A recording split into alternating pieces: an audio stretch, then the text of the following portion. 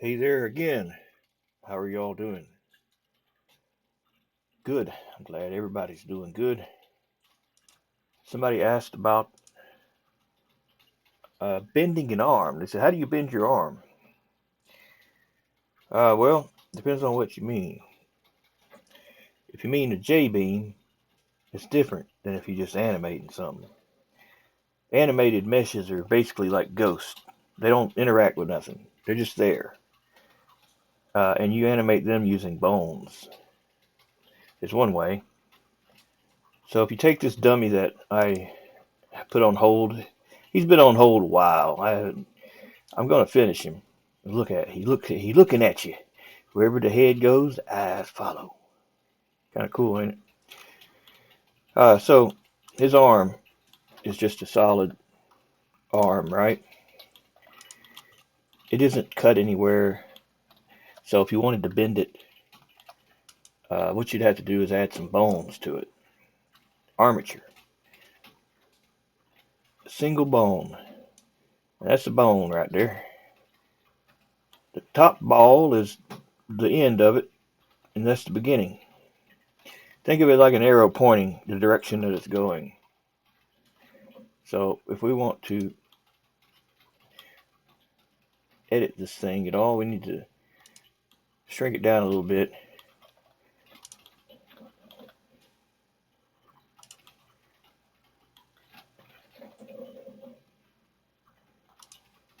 Go into edit mode. There's a setting in here. I found it again. It's called in front. It basically puts the bone, you can see the bone through the object, even though it's in the object, um, you'll still see it. It won't be hidden. See what I mean? Kind of like the alpha effect in BeamNG. You can see right through it, through the other stuff too. Yeah, the two alphas don't go well together in that game. They don't do well together. They ought to have a priority thing, like to do with the decals. So I'm pressing E to make another bone, and then I'm gonna press E one more time. So what we got here is something gonna be a wrist, forearm, and a upper arm. Now I don't know. It'd be kind of cool if you could make these bones the J beam also, but I don't think it works like that. I don't think you can convert it to a mesh that's gonna do right, and that ball would be a lot of polys. So we don't want to do that. We just want to animate it. We ain't even talking about J beams. Who's talking about J beams? Not me. No, we just animating. So now what we got to do is we have to tell this, hold shift and pick the bones and say parent. You can try automatic weights, and if you're damn lucky, you can pick the bones and go into pose mode and rotate. And as you can see, it did a pretty good job. A lot of times, though, it's not going to do well. Depending on your model you're making, you can get an error that say could not figure out all the weight maps or whatnot. If that's the case, then you got to parent it differently. Um, you got to parent it with empty groups, or let me just show you real quick. Let me unparent it. You probably end up having to do this.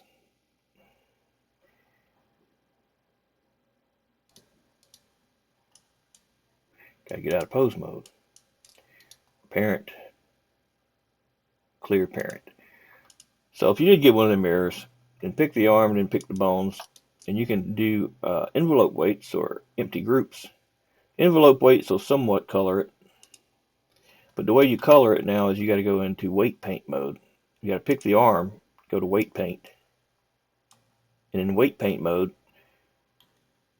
these things will light up what they're affecting. So the strength is all 100% affected, basically. It will affect it 100%. And blue is not at all. And everything in between is going to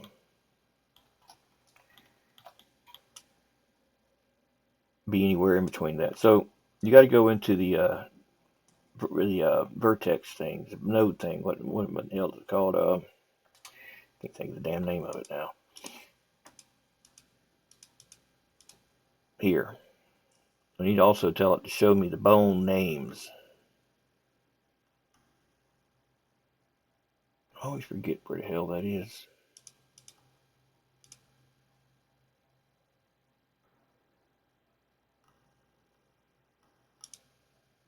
That ain't it. Which one is it, man? God damn it.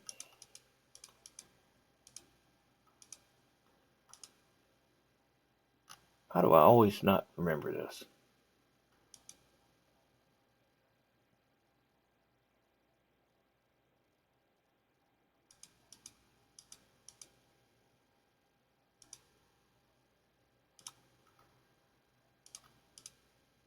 Oh, because I ain't got the damn bone selected. God damn it.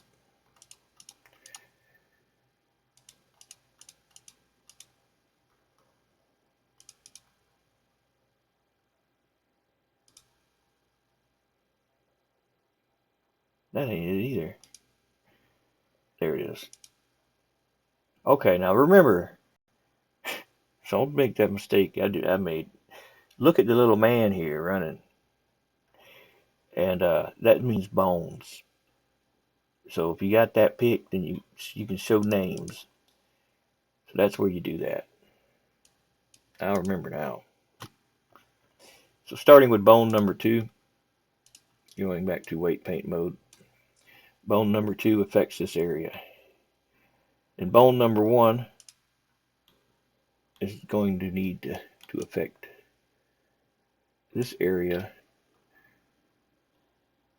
And I believe you can control, yeah, you can hold control to do blue or let off control to do red. So we want to blend it. Blend it. To blend.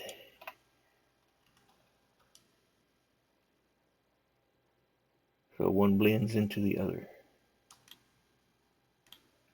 You'll want to be careful that you don't accidentally, while you're doing that, paint other things on the body because they'll be affected too. You don't want that. You want to just control whatever is in the vicinity of it. That's why it's important to have a T-pose, because you don't have to worry about the armpits being fused together with the rib cage, you know what I mean?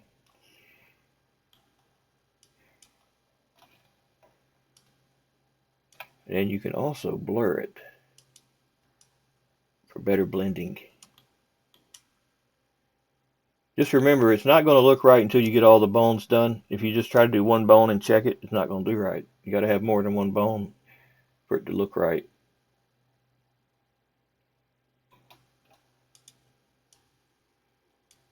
What's that, number 2? That needs to be a little bit more red in there.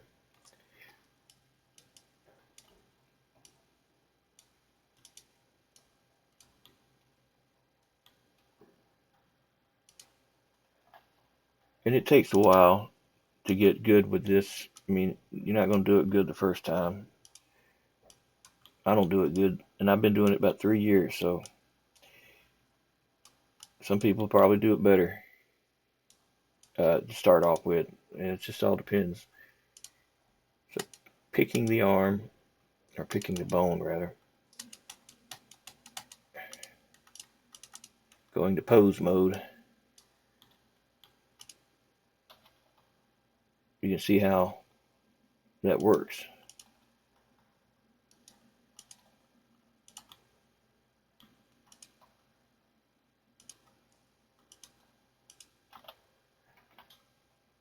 And of course, animating, you just turn this little thing on here. And so you say, okay, well, at frame 1, be in this position. And I always pre-move everything just like a fraction of a hair, just so that it makes a time key. Because if you don't have a key and you go to here and you say move to here, then it'll start there. If that ain't what you want, you need to have something at the beginning so that it can go in between the two.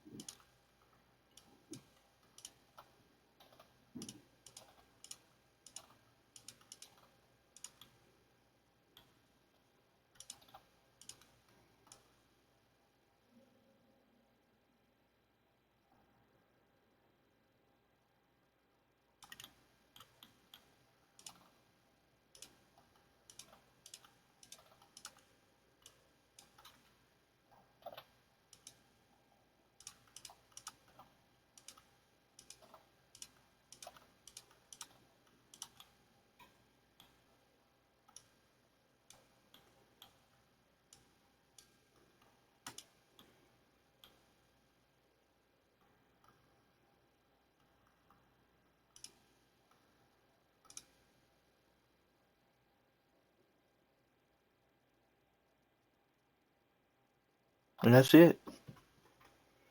That's pretty much it.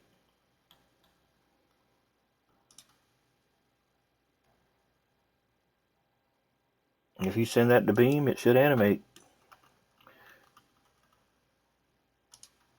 What is that? That is...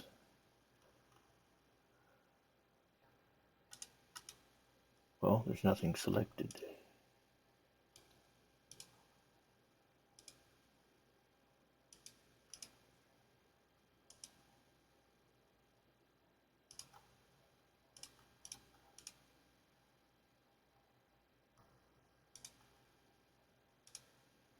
Alright, so we'll send that over as a collider. DAE selection only. And pick a level and stick it in.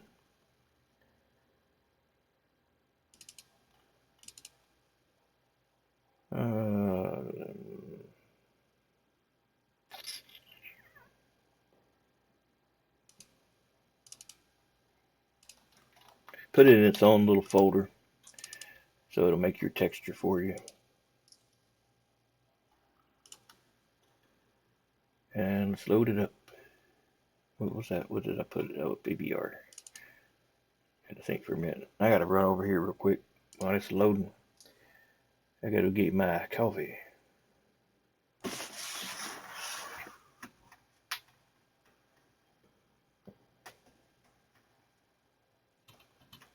I ain't made a shortcut to this level yet, so I have to keep loading it up.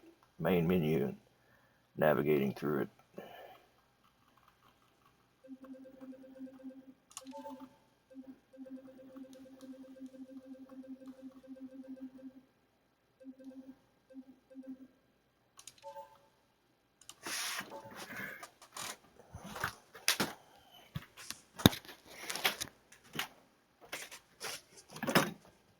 Now, if you're animating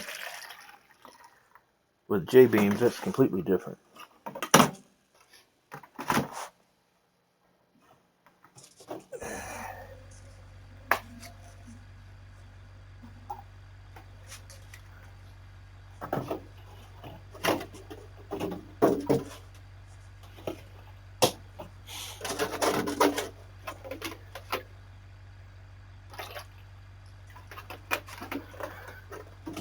Alright.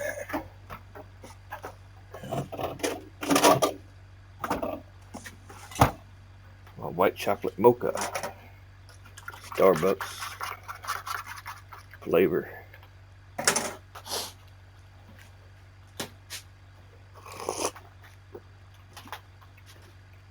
More sugar in that damn thing. Enough to kill a horse.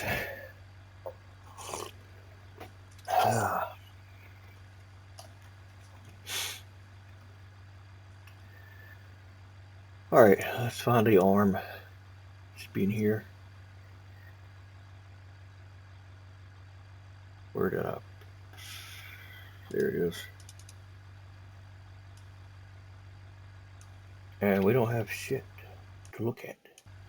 I don't know what I did wrong. I did something wrong. I'm not sure what it is. There's no telling.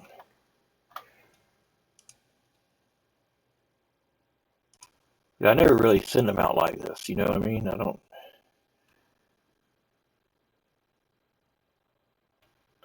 We'll just send everything.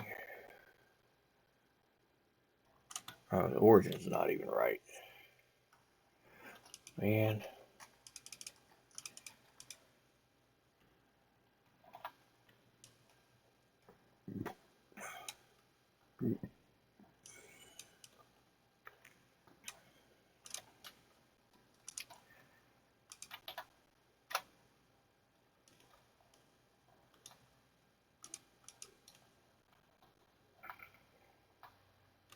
So that's that.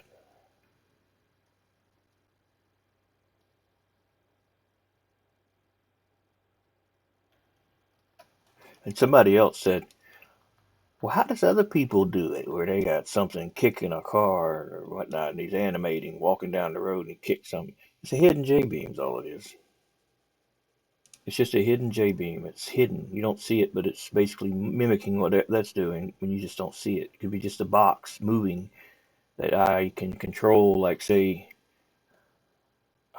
let's find one. I got one here, I think.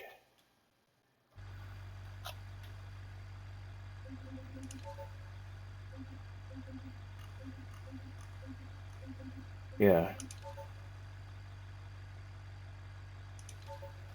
So just say that was invisible.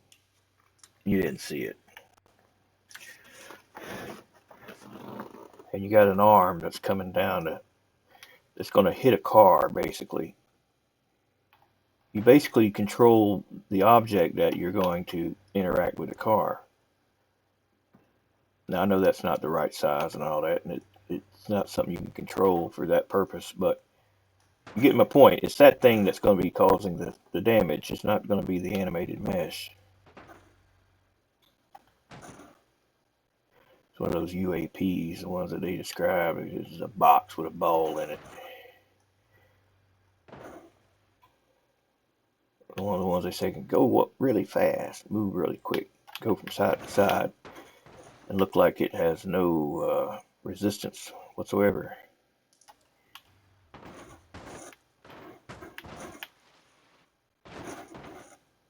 You know what I think they are? I think they're the mouse pointer for whoever. It's like, if we're a simulation, it's the mouse pointer.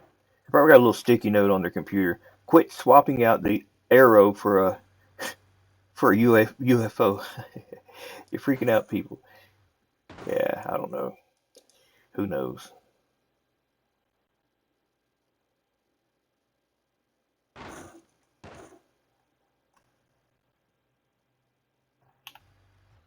It's impossible to control this thing. I tried to just smash a car. Just put a car under it and smash it. I couldn't get it to. I couldn't get it to go where I wanted it to go.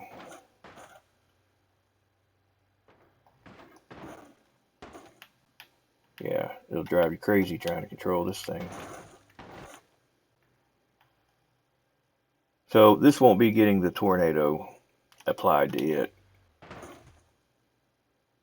That's what I've been trying to figure out, how to make a tornado work as good as the one Tony Cartney made with the Levitate mod. I've been trying to make my own, and you see it ain't working out too well. Anyway, that's it. I'm done.